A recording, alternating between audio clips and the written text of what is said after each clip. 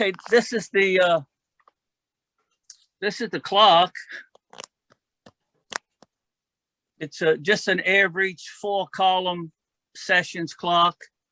You can see down at the bottom. It's got a bells. So we'll. So here's the movement. The time spring seems to be expanded. One of the things they did in these cases is, if you notice in here, they set, and Pagano does that all the time, and they set the movement in a notch in the wood so that the spring can't expand. Now, earlier today, somebody said something about, like, right here, there's a pin, and that pin is to protect the upper gears if the spring lets go.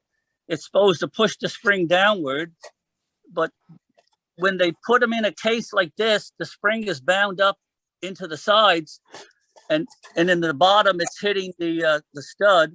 So the only place left is the movement to go, the spring to go up in through the movement. So we got an issue there. So we need to check that out before we can. Now the other spring looks good. It's tight. So it's got a half-hour bell strike. The suspension looks good. Now, I don't know if you can see, but the crutch is really wide. You see that movement in the crutch?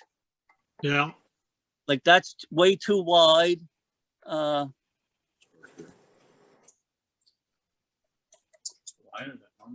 So let's look around. Now, the other thing that I'm noting on the case, an important thing to note is, if you look to see whether the movement's original or not, and I don't see any secondary screw holes, so which looks like this movement may be original to the case.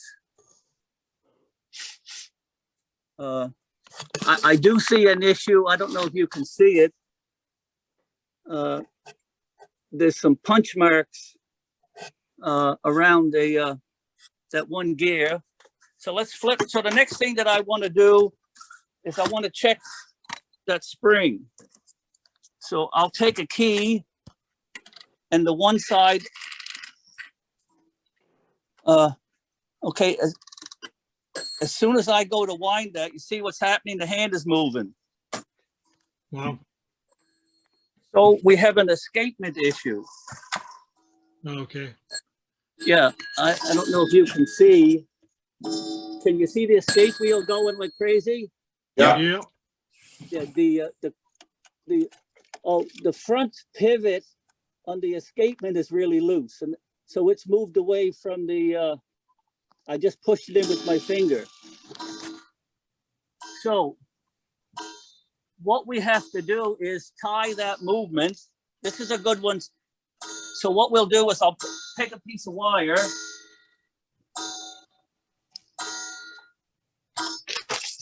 Now I have a bunch of really fine wire that I'll just take a piece. if this was not working and holding it back, you'd have to tie this on. Okay. So that's what we're gonna do.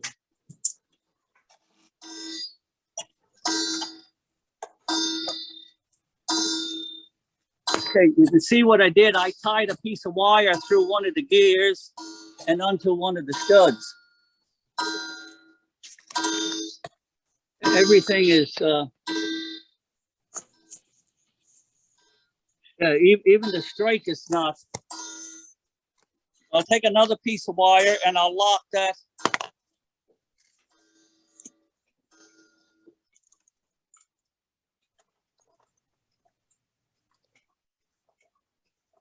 So I just put it through the gears, and so now I locked it. So hopefully now I can wind up that movement.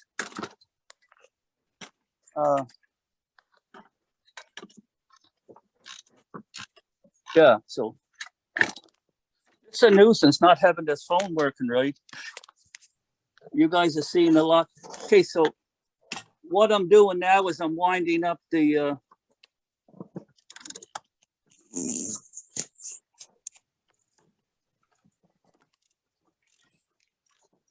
see the spring being wound up? Yeah. The escapement can no longer turn because I've locked it with a wire. So now I'm back from the wood. So the movement is now safe to take out of the case. Now that's not an uncommon thing that you have to do. You can see what would happen if you tried to pull that movement out without locking it safely. You'd get into a lot of trouble. So now we've got the movement safe. We've already identified a couple issues. So the next thing to do is, I am so annoyed over this phone. I'll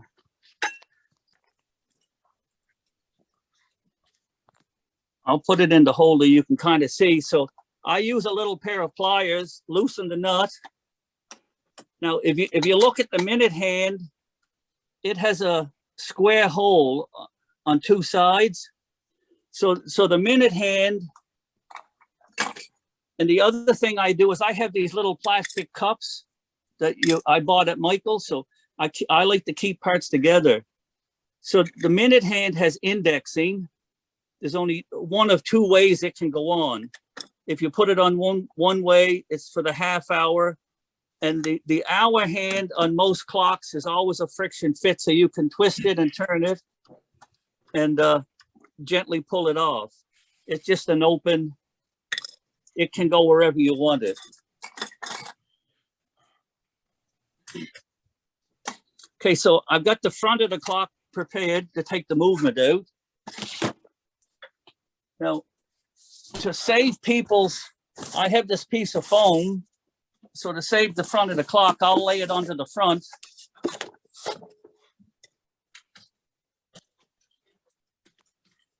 So I'm gonna move my phone now to a new area.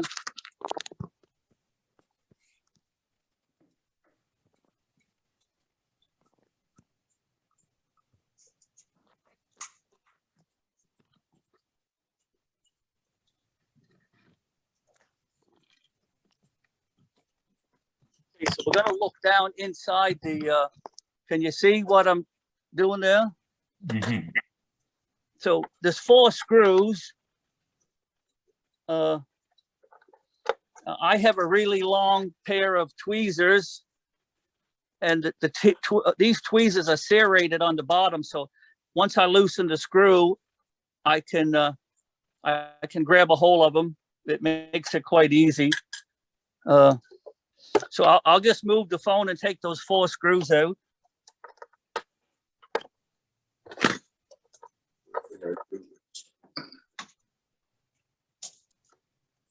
Small magnet. If you have some, get the screws in. No, that makes sense. And your screwdriver with magnets on stuff is nice too. Half the time it just grabs. The magnetic screwdriver works really well.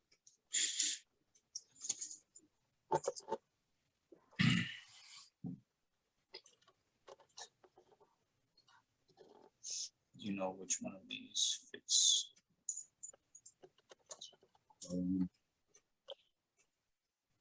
Put a piece of tape on.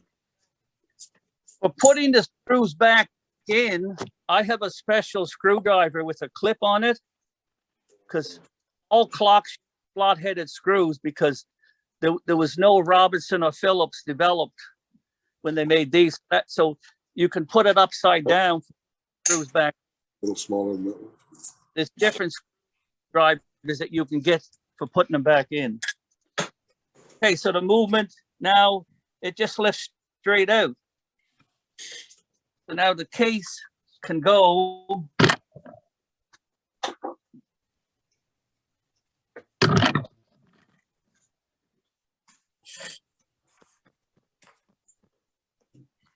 Oh, this annoys the heck out of me, that phone. Okay, so we can actually look at the movement. I always wear a magnifying headpiece so that I can see.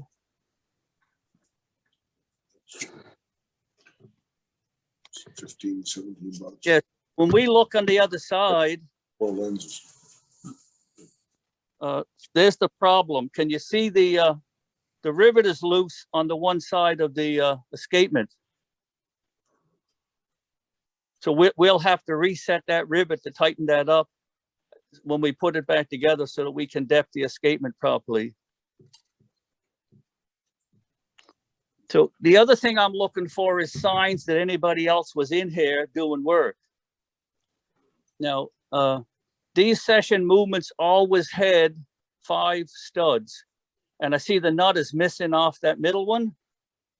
So something tells me that, and there's a lot of marks around the nut holes that somebody's had this movement apart. Now this bell either has a nut or it just screws off. So we'll take that off. The other thing that I do is I have these plastic trays, and you can see all my little containers that I like to keep stuff organized, and they're stackable. So if right now I have 4 clocks apart, so I can just pick that tray up and set it aside with the clock, and it keeps stuff quite organized. So this particular clock is going to be a challenge to test because it's got so many problems, which will make a good clock to do our work. So we'll check the clicks. There's the click there. That looks like it's in good shape. The next thing I will do is I have these long standoffs that I use. They come in different lengths. I like the long ones because they work. They're 4 inches long. I actually made these.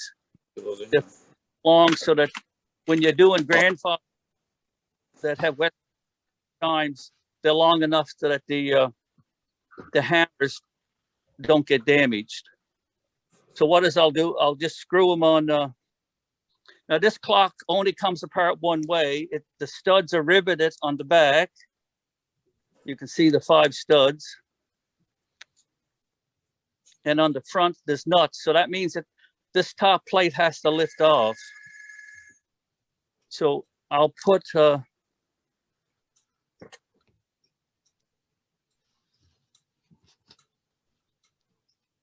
just screw these on. They just screw on, and it helps hold the movement up off the table.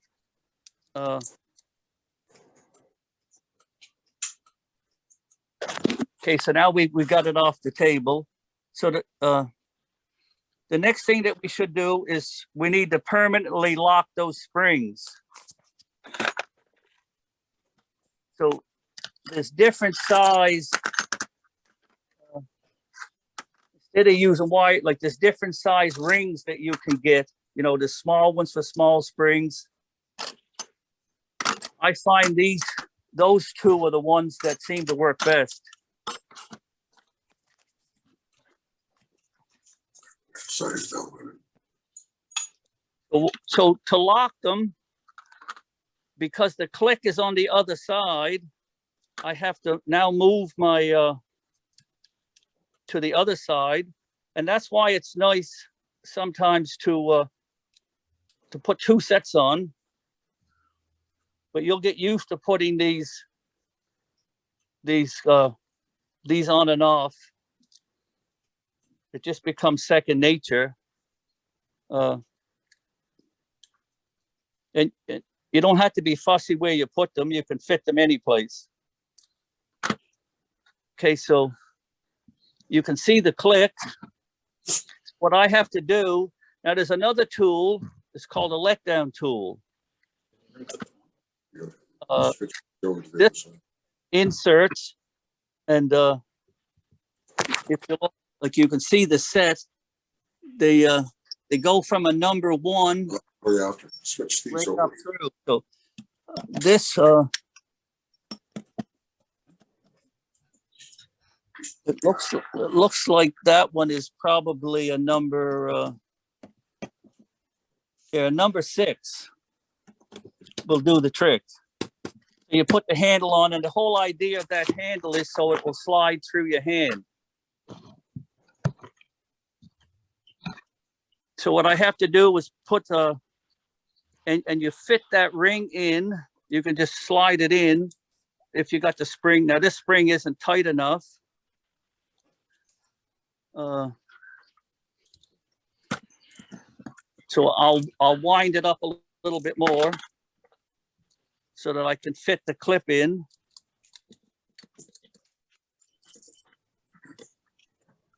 Wind them up. Okay, so the clip is now in. So the next thing I have to do is I have anything that's pointy. I actually have a file that I use. Yeah. I'll put some tension on it, and then I'll flick it away, and then slowly let that slide through my hand.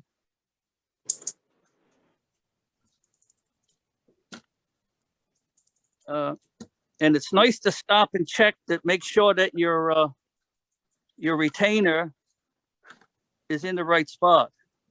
Okay, so that spring now is locked. It's safe. I can lift the click out of the way, and it's not doing anything.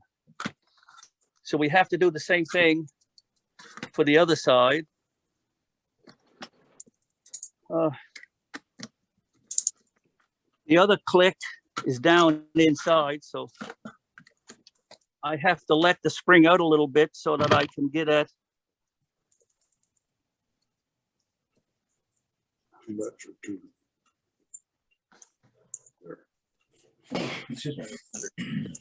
have to get the spring close to the end of the clip so that it will kind of hold in its place while you're working with it.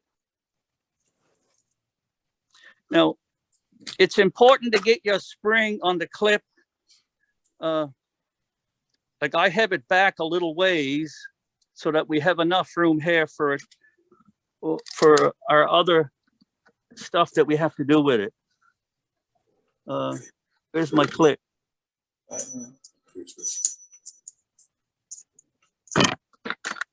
No, you can take your.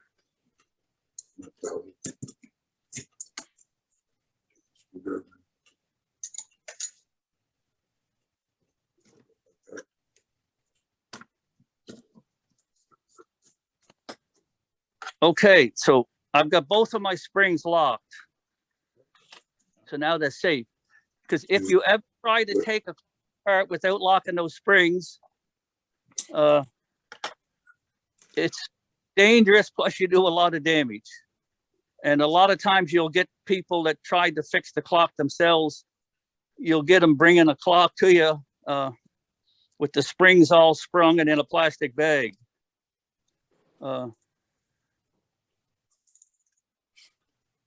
So right now I'm looking for damage and wear. This movement is not too bad. The American movements had a lot of like around the pivot holes. There's a fair amount of play. If you don't have play, the least little bit of dirt will bind it up and cause you problems. So the next thing I want to do very quickly before I take anything apart, now that I've got the load off, I want to check for end play. Can you see I get some travel there? And I'll use a pair of tweezers and I'll go through every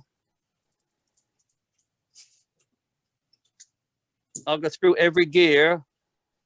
I can take my wire off now because I no longer need to lock the movement because there's no power left in the springs.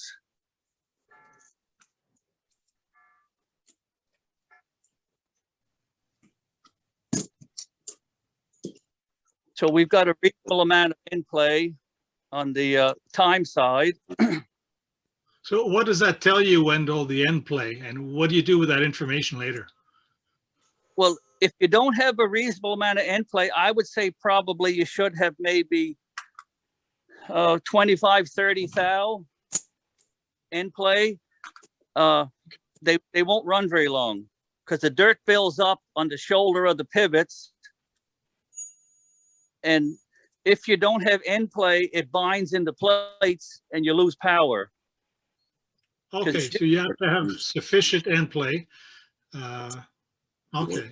Play back and forth. Remember, what stops the clock is friction.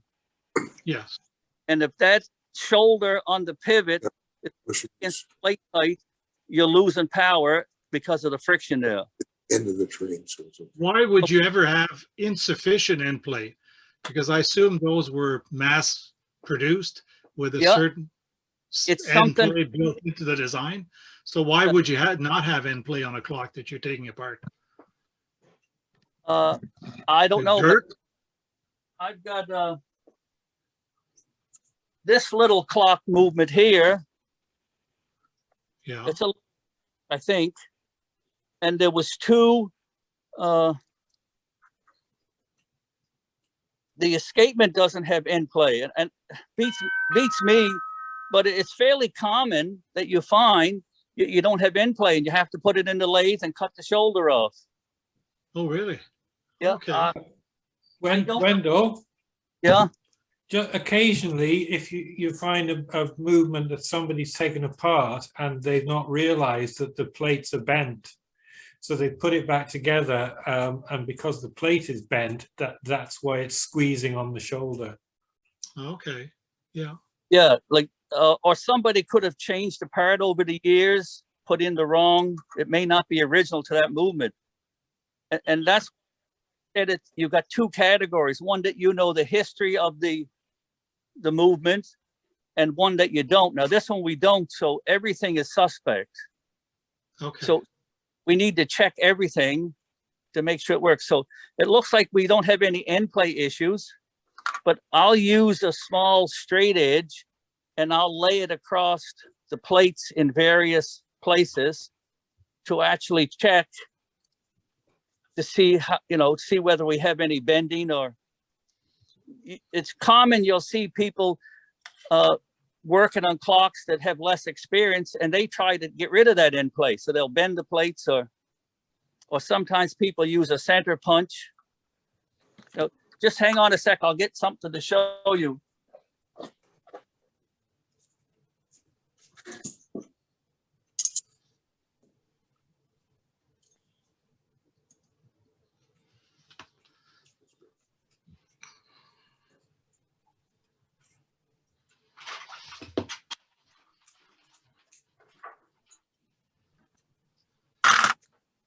So here's two things that you never want to do to a clock. You see the punch holes around the pivots?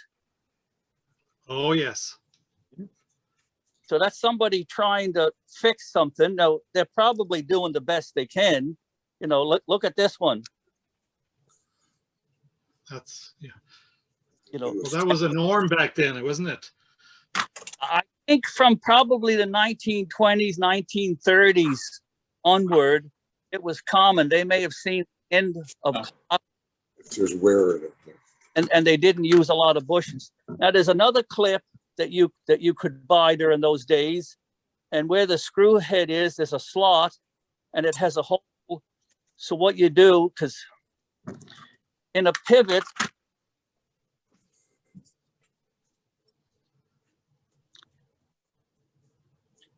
see, I don't know whether you're seeing this good or not with, Yeah, it's okay.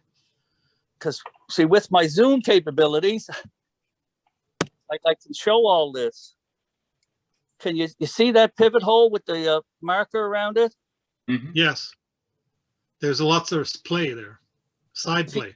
Half the original hole is always there, because clocks have tension only on one side, and it tries to push that gear away in the pinion. So half the original hole is always there, and that's how you know where to put your bushing, because you can center on that half of the hole. So it's worn away because it always wants to push away and wear. So what they did is that they used these things. It was a backyard fix, right? It's like we say farmers fix things with bale, twine, and wire, right? So they have these special that you can get to. Now somebody did this whole movement. Jeez. They didn't know anything about bushings, I guess, because that seems almost more complicated than rebushing it. Well, people do what they have the tools to do something with. Yeah. I can't judge on what knowledge they had or what equipment they had, or I guess they wanted to make the clock work, right? Yeah. So it's hard to judge a reason why somebody did something. Now, my next favorite tool is this, a Sharpie marker. Okay, so I've got the clicks undone, so now I got to move my stands back to the other side.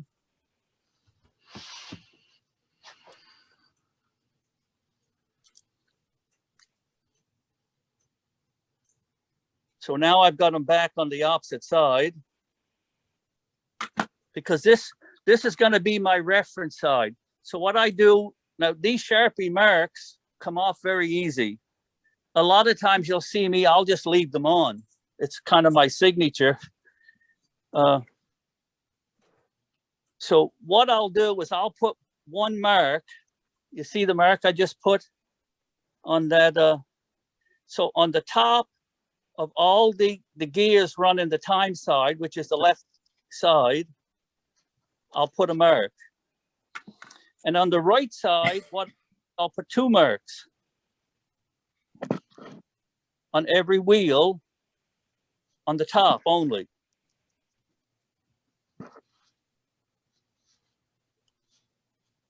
You see that? So now that's my reference. Now, the next thing that I'll do. So that's, you don't put the wheels inadvertently backwards when you put the moving back together? Is that it? Yeah, it's just a quick reference from when I'm dealing with it. Now I'm looking for my my tray. Now, I have different trays. Now, this is just a silicone ice cube tray that I put each one, and it has 3 rows of 5, because the most you're ever going to get is 5 in a row. But I have bigger ones. I have 2 of them, and I don't know where they are. Oh.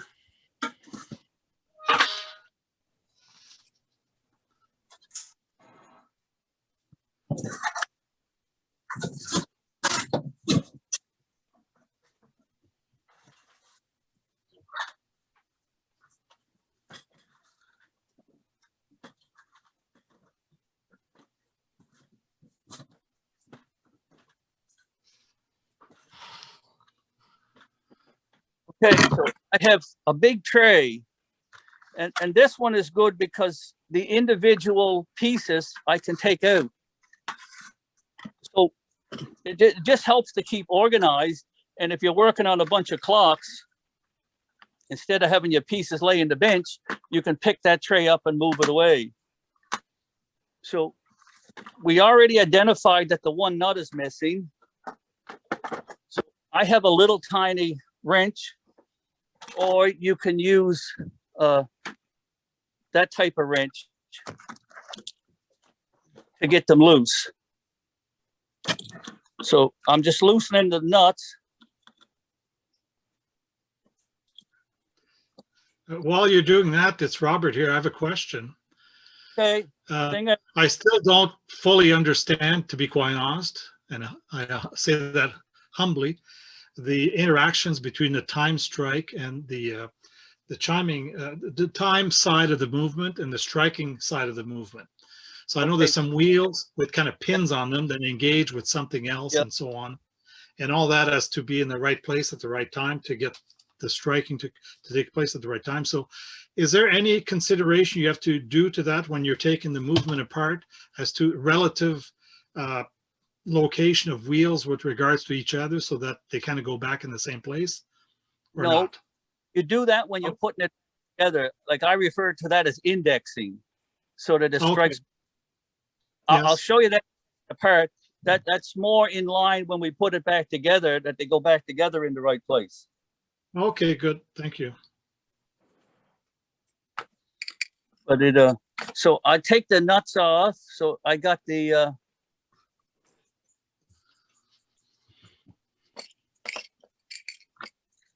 And again, I put them, I have these little things to keep everything organized.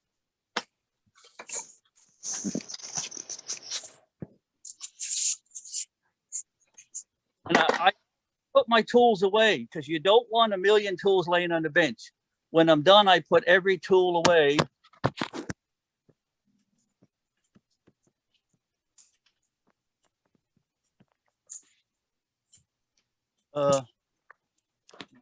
Okay, so now what the important thing when you're pulling this apart is a lot of times the pivots will be real dirty and they'll actually be seized into the pivot holes.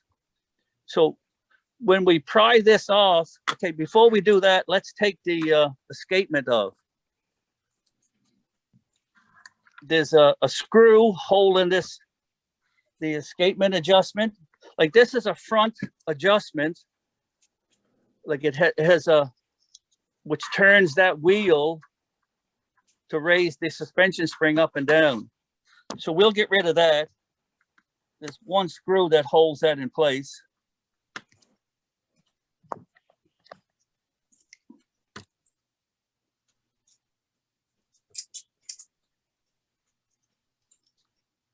And then I just pulled it out of the crutch.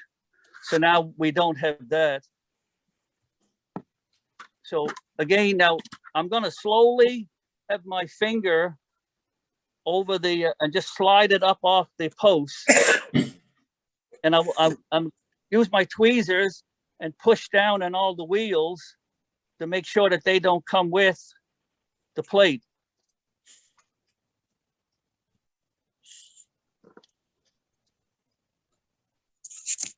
Okay, inside. So the first thing I'll do is I'll have a quick look on the inside. And one of the 10 telltale marks, can you see the scratch marks around that pivot hole? Yes. That means somebody had too much pressure on that plate when they were putting it back together. Now the tool that you can push and pry, and some people put all the nuts on and bolt everything down, and Paul knows what happens when you do that, don't you, Paul? Yes, sir. So all I ever use is a pair of tweezers because I feel I can't put that much pressure and bend stuff. So that's a telltale sign when you look on the inside. And there's not a lot of dirt. You can pry that up now. Earlier talked about the spring protectors. You see this stud here? There's one here, and one here. And when the spring gets loose, it pushes up against those, and the spring is supposed to come out the bottom. But because of a lot of clock designs, that doesn't happen, because when it comes out part way, it hits the wooden case because they inset the movement into the case, and which can cause troubles. Because if you ever see a broken spring, check the second and third wood, because there's sure to be some. Are you Okay. inspecting the pivot holes at this point, or does that happen later? No. Usually they're dirty and you can't Right. see them. You have to do some cleaning. And so the first Okay. thing, I'll lift the escapement out and give it a quick look. This clock was not run very much. There's very little wear on the, there is a slight mark here that you can see, but a lot of times you get, they're worn pretty good. And a quick test for pivots, That should take- come right up. take your thumbnail and scrape it across it, because you can pick up very fine ridges, and I don't feel anything. So in this one, I'm going to take and put over in the far side. I put that in the top notch because it's the top. Sorry, that's got to go on the left side. So then I can lift out the escape wheel and I'll put it in my next notch. And I know the top because I've got a mark on it. And then I'll pick out the next wheel and I'll just keep going right down.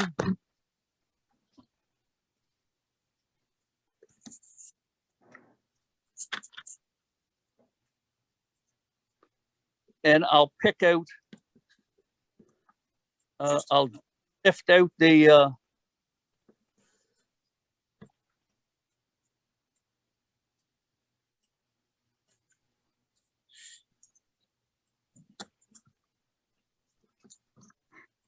I'm trying to leave all the pieces in there so I can show you the other pieces. That's why I'm going slow. I'll keep those separately over. They're on the chime side. These are on the time. This on the side is- Okay, so we now have the spring out. So I'll just give a really quick, curious look at to see how much, like I'm looking for wear on the teeth. Because these American clocks, they had that spring is a V8 engine compared to a lot of the French clocks. It will actually kill itself running. Okay, so we look at this one. I don't know if you can see it because I can't blow it up. You see the ridges in that pivot? A little bit. So that pivot will have to be filed down. It will be undersized and then polished to get it to fit. The next wheel is good.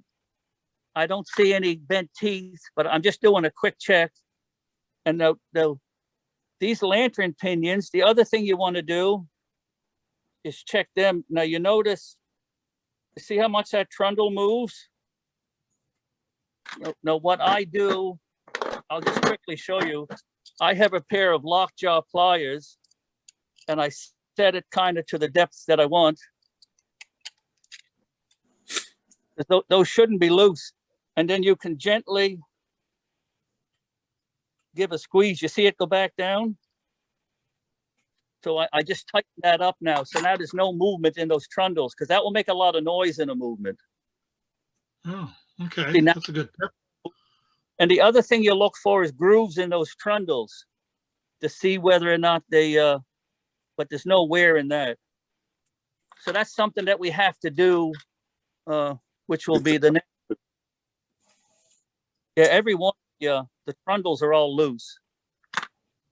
But we have to look for broken trundles, bent trundles, you know, anything like that. So now let's, okay, now, when you put the time side back together, there's absolutely no indexing on the time side. You don't have to worry about that. They can go in any place. The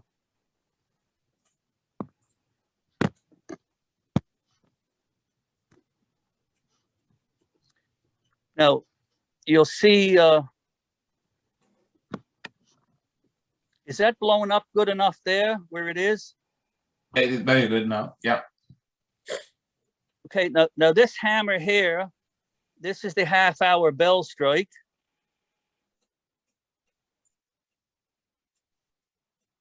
And this is the bottom. So let's, and I'm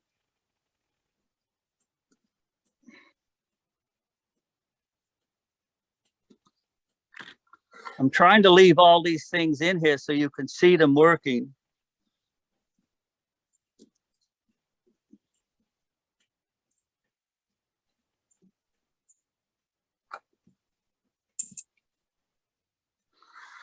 Okay, now the minute has a cam on it, and that cam is what interacts from the time to the actual the trip, the mechanism strike.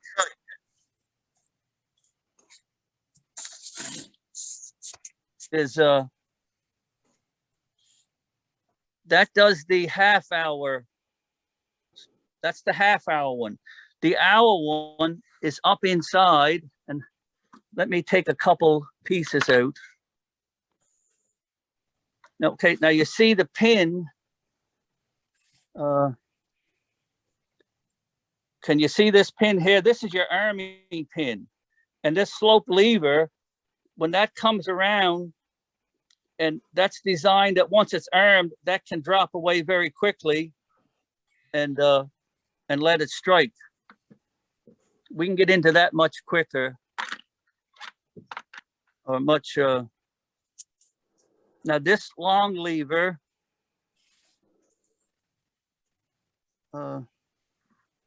see, without having,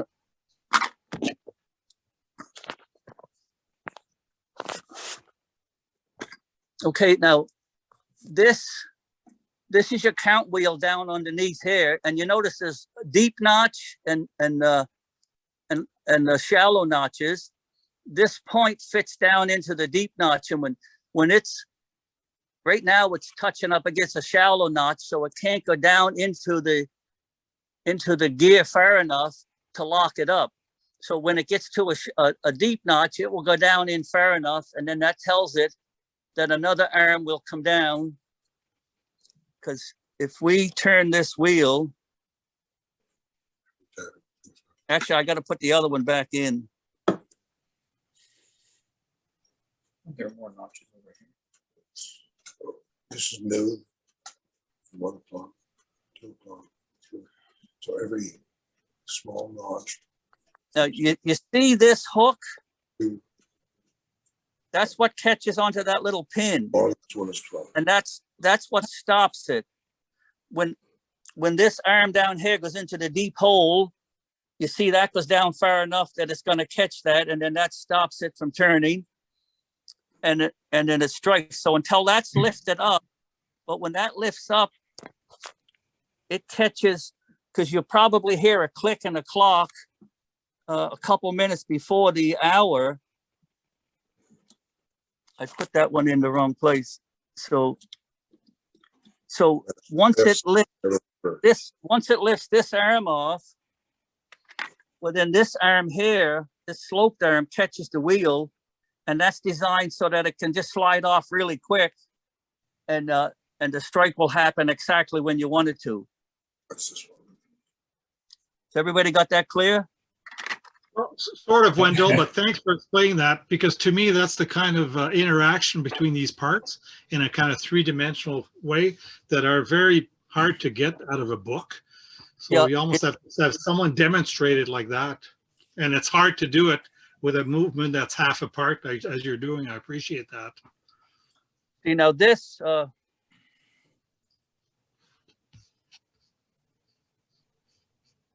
if you see this, and how these two arms interact, you see this piece here, that this piece is what rubs on the minute arbor. So you got that cam that will trip this piece, it goes over, and this arm here will push it, and that's what lifts it out of the deep notch. So they're somewhat complicated, but they're not too bad. But if somebody gets in there and bends them all up, you have to understand them to know how to put them back together. Wendell, before you take it out, the strike side, I'd like to ask a question. If you just push the movement a little bit to your right, I hope, so it goes, yes, thank you. So right in the middle, in the bottom part, I see one of those tension wires.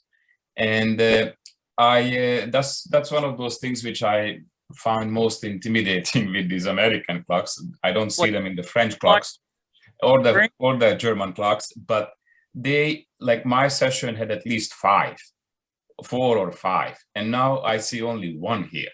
So why would this clock has only 1 and others have 3 or 4? And like that would be one of the most important things for me to understand, that how those tension wires, how much tension you put on them, and as you're putting them together, and how do you understand the wire thickness and how many times you turn it around. But before even there, why this clock has only 1? And on the top, for instance, where your fingers are now on the left hand, there is none. Yeah. Mine has 1 there too. In the middle has at least 2. In the bottom, it has 1. Okay, on the bottom, those tension wires, you call them, are actually, it's spring brass.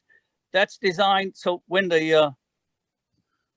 this piece moves, so it will spring back the hammers. That's what for those 2 on the bottom. They're just return springs so that the hammers work. They have nothing to do with anything else. Like this is a return spring for the half-hour bell. So we can actually pull those out. Okay, so now we can see, you see what's going to happen here. You see down here, there's a, is that too close? Or Yeah, that's good. I am so annoyed that this doesn't work. You have no idea. Because normally I can see a big screen and zoom in. Now, you see this piece here? That's the cam that goes around. So what that cam is going to do is it's going to push this piece. So it turns counterclockwise. These gears here are your 12-to-1 reduction gears for your hour to minute hand, because the minute hand is the driven hand. So it goes through a 12-to-1 reduction. Let me lift this out so you can actually see there's a pinion underneath. So that pinion actually turns the minute hand is being driven, and then it turns the this other wheel, and this is an intermittent wheel that actually turns the hour. So that's just a 12-to-1 reduction. But for the striking part, as this piece comes around, you see it coming around. So it's going to hit on this piece. It's going to lift this piece. Now this piece interacts because of this part of the arm is rubbing on this big piece. Remember, this was down into the deep notch. So this is going to push on this arm to lift it out of the notch. And because of the other two gears, now that interacts with this gear, and you see the two notches. And then these two are the strike, which interacts with the arm for the bell strike. They actually hit this to actually move the bell for the hour strike. But this notch here or this notch, either one, is important when you're putting it back together, because this point here has to fit in that notch. And the other thing, when you put this one back in, when you put this wheel back in, it has to be on the top, close to locking that. That's all that's critical when you put it back together to make it strike. Okay. Clear as mud?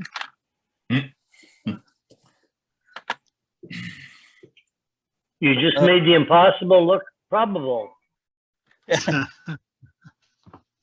We'll pull all these I just pull out.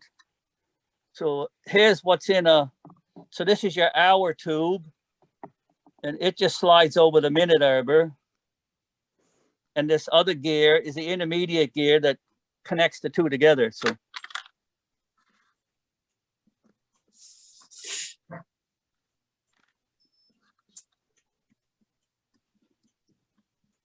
after a while, you do this with your eyes closed. Okay, so we got one last thing to take apart. This is the count wheel. It has, you see here is 1 o'clock and 2 o'clock. So here's 1, there's 1 little post, and then there's 2 and 3, 4, and it goes right around, and it goes up to 12.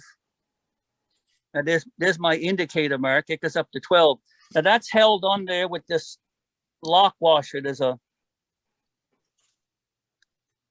I stick my tweezers in it and it just pulls off. There's a little point that fits in the hole here.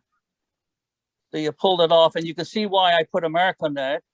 And then there's a washer, like a bushing. So I take that all off. So, empty plate. Oh, I'm going to wipe some of the grease off of this and have a look. I can take the stands off now. So I'll quickly wipe off with a paper towel any of the heavy grease. Luckily, somebody didn't destroy this. They had it apart or tried to take it apart. I see 1 bushing. there was a bushing put in here. So the other thing to keep in mind when you're taking a clock apart is you need a method of identifying what you're doing. So we'll set the spring. I guess I got to put my stands back on.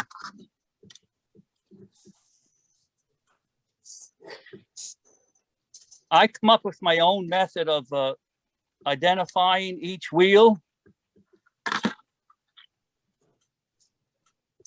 So when I go to put this in, I don't have to worry about whether, because it can actually sit two different ways.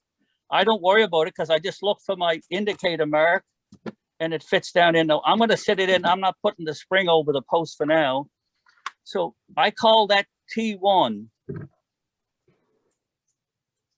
And then this other one, I know which way it goes, so that would be T2.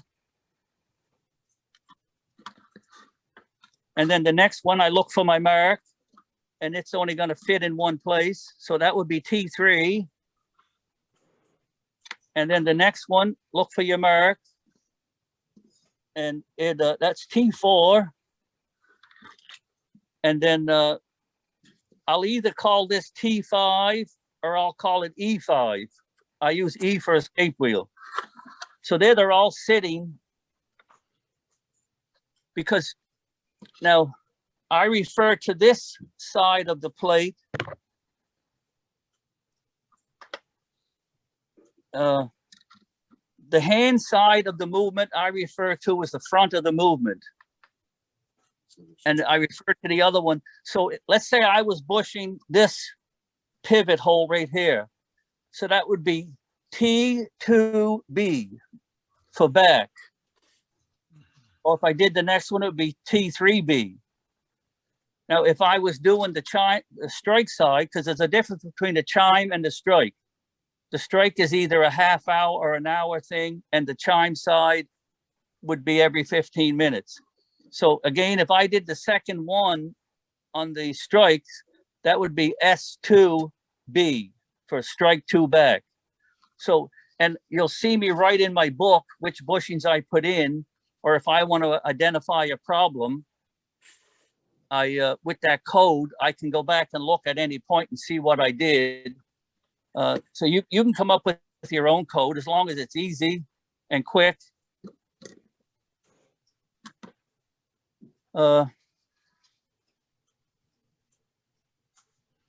Clear as mud? No, it's good so far.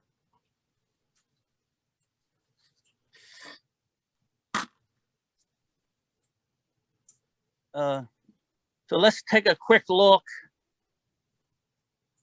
Okay, now I see a real problem with this escape wheel. Now remember that the arm that held the end of the escapement was loose. And if you look at the escape wheel, you see that it was topped. Every one of the points are curled. Can you see them? So somebody put power on it and did something, and it spun, and it curled the top of every one of those escape teeth. Wow. Now, what I do to fix that, I have this big piece of tweezers. And if you're careful, you can hold it over the point. It's hard for me to do and see, and drag them with a fair amount of pressure. Because what I'm looking at is the straight side of the tooth, not the slope side, the straight side. And I'll look to make sure that I don't see any air or any light. So I'll actually go around the whole escape wheel trying to fix that. Now, the other alternative is to put it in my lathe and try to clean up the tops to make them square. If I do that and I have to cut too much off, then I actually have to file the slope side a little bit because it will be too much of a flat side, a flat top. And I'd have to put too much drop in it and lock to get it to work. So, or sometimes you have an old movement and you can grab a new escape wheel and just put it in because of the damage. So this was a good movement actually, because we're getting to see a lot of issues. I don't know if you can see the flat. You can see that, like, you know, they're not super big. We try to do something with it. Once I get rid of those little ears, and when we put it back together, we can put the electronic machine on it, and we can actually listen to each one of those teeth. And if it jumps around the percentages, well, then we'll, you know, we can always pop the end up and put a new one in. But we can try fixing it up. It would be a good thing to do for next lesson. I'm going to pop all these things back. Yeah, so Wendell, it's Robert here. So Yes. I guess what you're describing about the escape wheel teeth get bent as that. You use a different term. I guess that's not that uncommon. I recently purchased, well, that clock I was showing you the case of, that French clock from the 1820s or 30s. And the escape wheel was very badly bent like that, each tooth. So I was told it's because someone tried to take it apart with one of the springs still under tension. And then that wheel spun around and touched something else. And some kind soul allowed me to mail him the wheel, and he was able to straighten them out. And I'll know when I put the movement back together if it's going to work. I assume it will. Oh, yeah. But I thought he was going to have to make me a new wheel, but he says no, he was able to straighten it out, probably using a technique like you showed there. Yeah. One of the things about the French clocks, they have very, very thin, fine escape wheel teeth, and they're much easier straightened out. Now, Okay. these teeth are very short and bulky, so they're hard, and that's why it just kind of rolls the tip off of them. It doesn't actually bend them. Now, if you get into a Brocard escapement, which is like the Ansonia clocks, where it has the round with half of the round cut off, you know, the open escapements, those teeth are very long and thin, and it takes nothing for those to bend. But they're easily straightened out, but you have to understand escapements to do that and to do it right, which hopefully when we're done, you'll have a good enough understanding. So I'm just showing you a picture now. Now here's my tray. I can pick it up, move it around. All my stuff, my interior stuff is down the middle. All my other gears are in the proper order, so I can pick it up. And I bought this tray at Michael's. They were only a few dollars, so you can have several of them, so you can actually set that aside. But if I want to work on one of the wheels, I just pick it out. I can look at it, and then I can put it back. And I always know where the top is, which is just for ease of putting it back together. Yeah. And you'll find time I'll leave that mark, I'll leave it there. So I'll know if somebody brought a clock to me, whether I worked on it, because I'll see those Sharpie marks. But with a little bit of alcohol or lighter fluid, that wipes right off. Oh, good idea.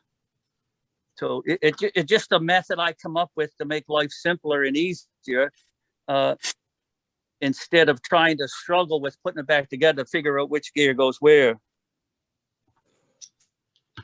Exactly. Just giving everything just a quick check here off the screen, and I'll tell you. So I'm looking at the trundles for being bent. I'm looking at ridges. So we've got a lot of pivots that have to be not only polished, they're going to have to be filed, because I can feel the roughness with my thumb. I don't see any bent teeth or any, the escapement's not bad.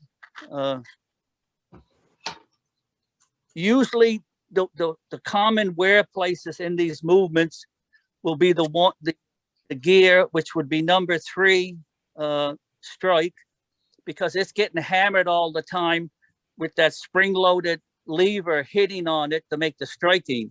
So that wants to wear the pivot hole. So that's a common one you'll have to bush almost every time. In a lot of clocks, that's a wear. I'm checking this little brass gear because a lot of times they're pressure fit and they'll want to split. Now this one's okay. There's no crack in it, because Gilbert is more common for that to happen. So this movement, I won't have to do much washing to it. I'll just take a little thing of lighter fluid and my paintbrush. I'll get I have a little tray, you'll see, and I have this little tiny cup. I put some lighter fluid in that so I can dip it in, and then I have this it's a 1-inch paintbrush with the bristles cut off short. So I'll just do it and I'll just scrub it all out. I'm not going to try to make it shiny. So, and then I have all these pith wood, and you can see the black ring around it where I've cleaned out the last movement. So I sharpen them with a knife every time, and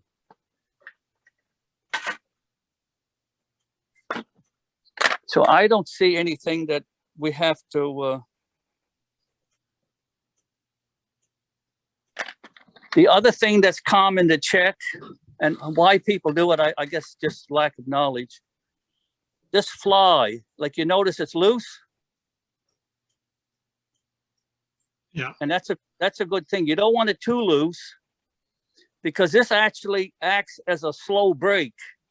Because because this is a flywheel and a governor, it controls the speed because it's hitting the wind. So it controls the speed at which it strikes. And I've seen them already, people glue them because they think it's loose. But if this is running at a fast speed, and when it hits that pin, if this is solid, you're putting a lot of torque. So this will slip a little bit when it goes to stop. So it acts like a slow brake on the movement. So you want that to be a little bit loose.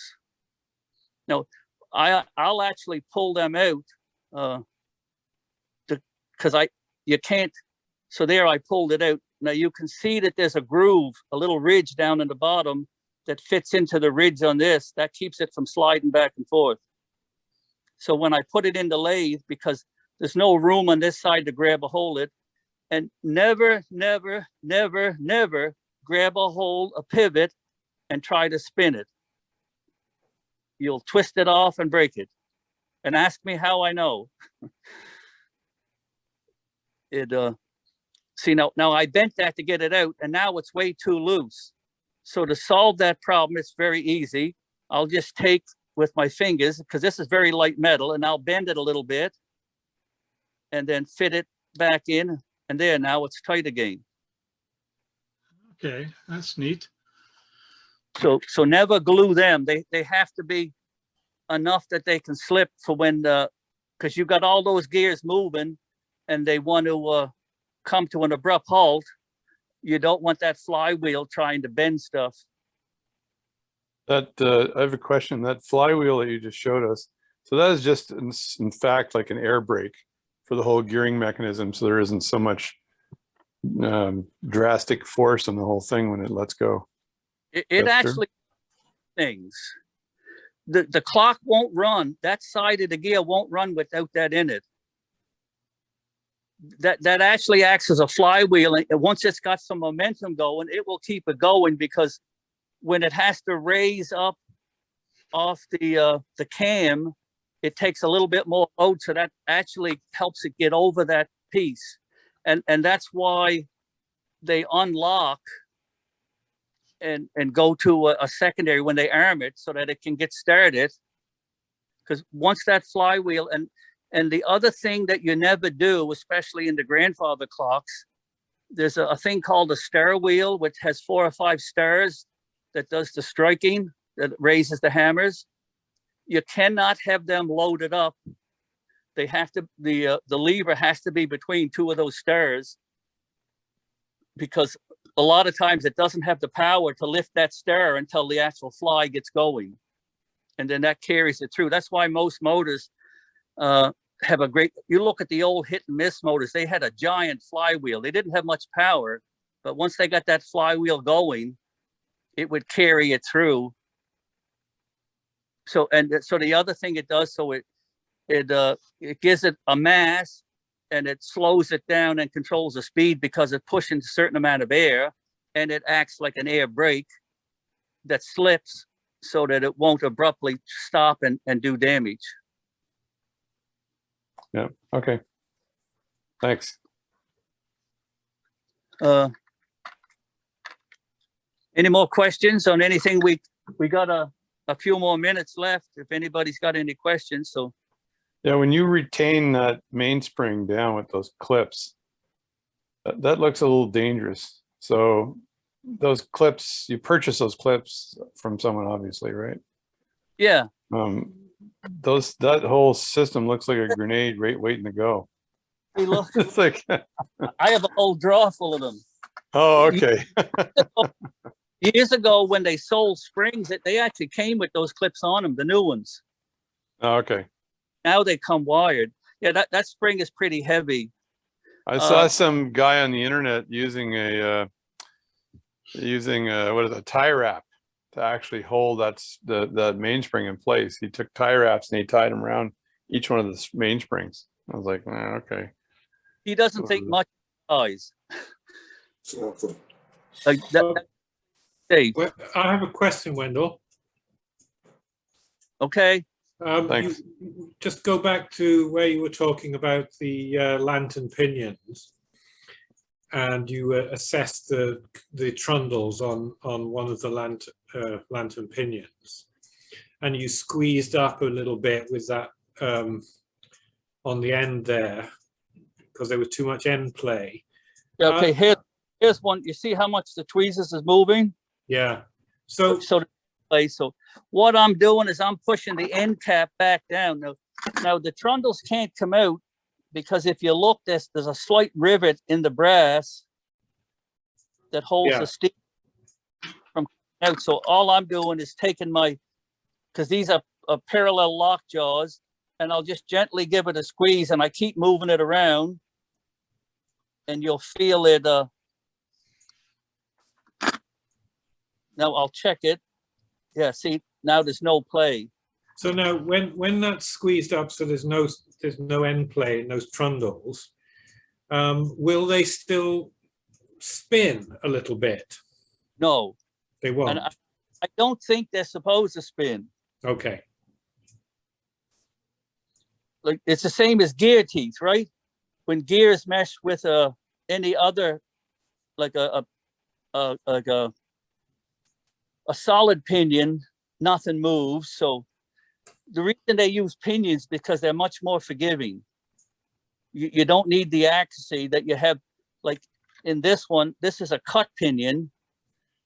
So a gear joining a cut pinion has to be much more accurate than what a lantern. Lantern pinions are a relatively recent thing.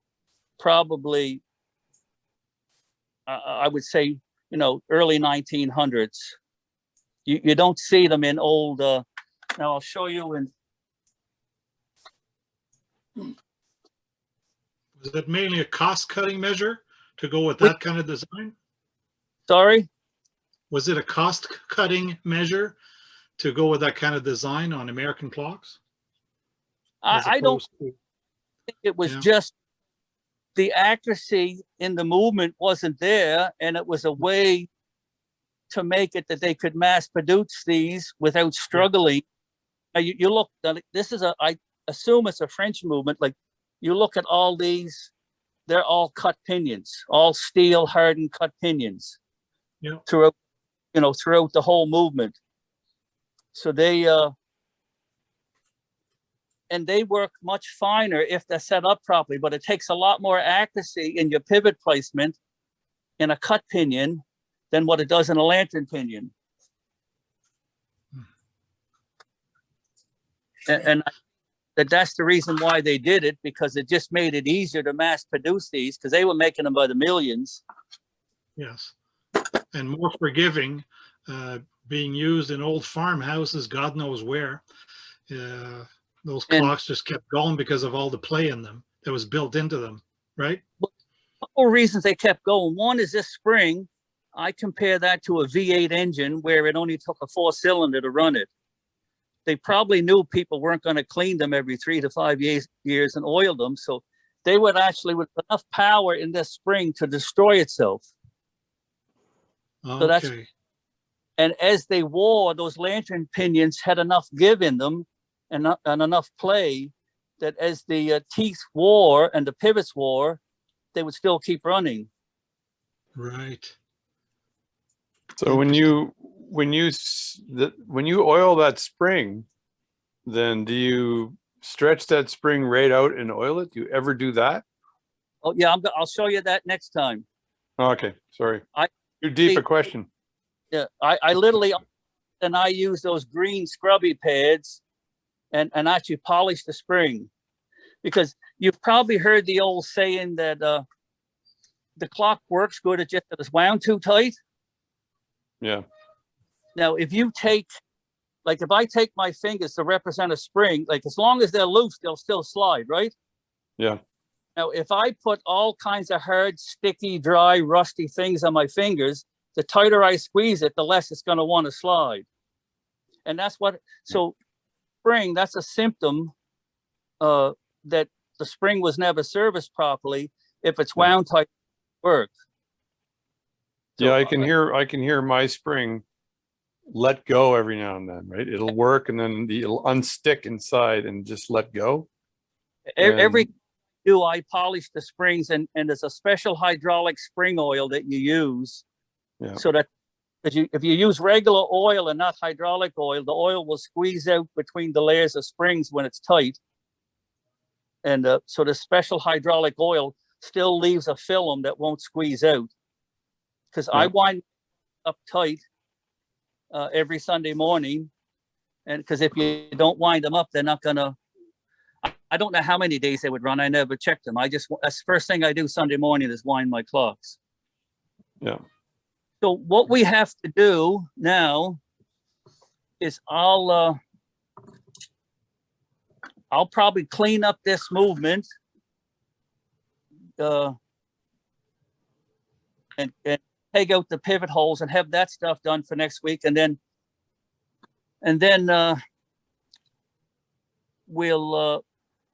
I'll demonstrate cleaning one of the springs and demonstrate doing some of the pivots.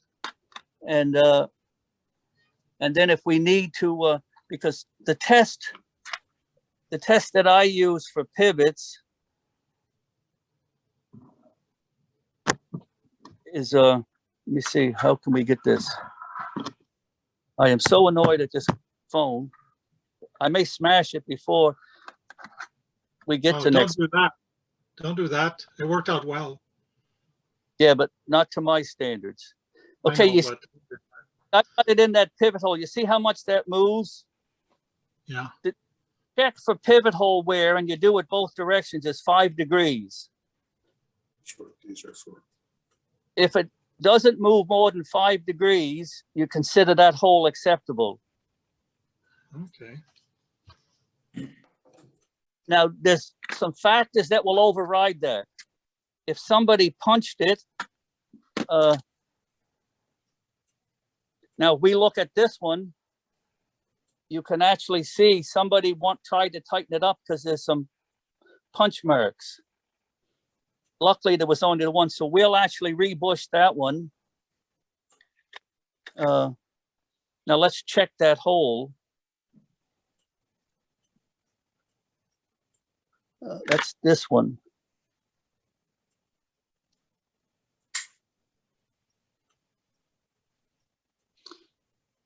See, what you'll find is the direction of wear. If you figure out the direction of wear, you'll actually get a lot more movement, because remember, these holes wear oval. Now, the thing that really bad about punch marks, brass is a funny material. If you want to harden brass to make it into a spring, you pound it. And if you're working around brass and you pound it too much, you have to heat it up to soften it. They call it anneal it, so that it doesn't get brittle and break. So you can actually make your own brass spring material by pounding it. But if you take brass and you punch it, you're pounding it. So you're actually making that brass that you punch, because you're not punching it deep enough for the whole length of the pivot. So what ends up happening is you make a hard ridge of brass, and I've actually seen it. Now let me just check this one. Yeah, if you look at this one, it's actually cut a ridge what it will do over time is it will cut a ridge into the pivot, because now you have that harder brass only on such a small little ridge that it causes damage. It's not the whole, if the whole thing was hard, just like a jewel in a pocket watch, if you have a hard pivot and a hard surface, they won't wear. That's why they put jewels in pocket watches. But when you only have that one little ridge, it wants to cut a hole into the pivot. Now, I will polish and file these pivots down 1/3 of their full diameter. That's the most that I will go before I end up replacing the pivot. So you can file them down to get rid, because you have to get rid of those ridges. And then usually once you do that, then you end up putting a new bushing in that hole to get it back to tolerance. Right.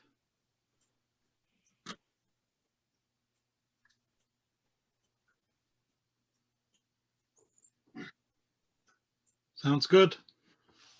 Any more questions?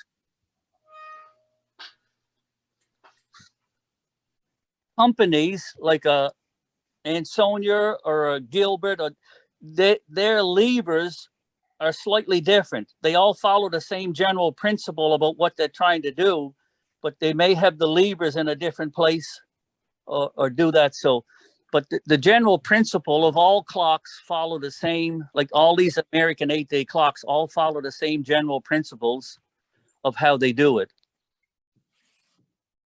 Yep. Sometimes you'll get on this minute arbor, you'll actually get 2 cams, one for the half hour and then one. But in this particular case, there's only one lobe that does everything, which makes the sessions is probably the most complicated of any of them because of that feature, the way they do it. And the other thing you'll get is sessions doesn't use helper springs. Now, some of them use what I call helper springs to help force it into direction so that if it gets a little dirty, or because right now relying strictly on its own weight for it to go down into place. There's no helper springs. And same thing with this one, they'll put a helper spring on it. The only springs that's in this movement are the springs on the gong rods or the hammers, because something has to pull them back into their place when you lift them so that they come at a force to strike. Yeah.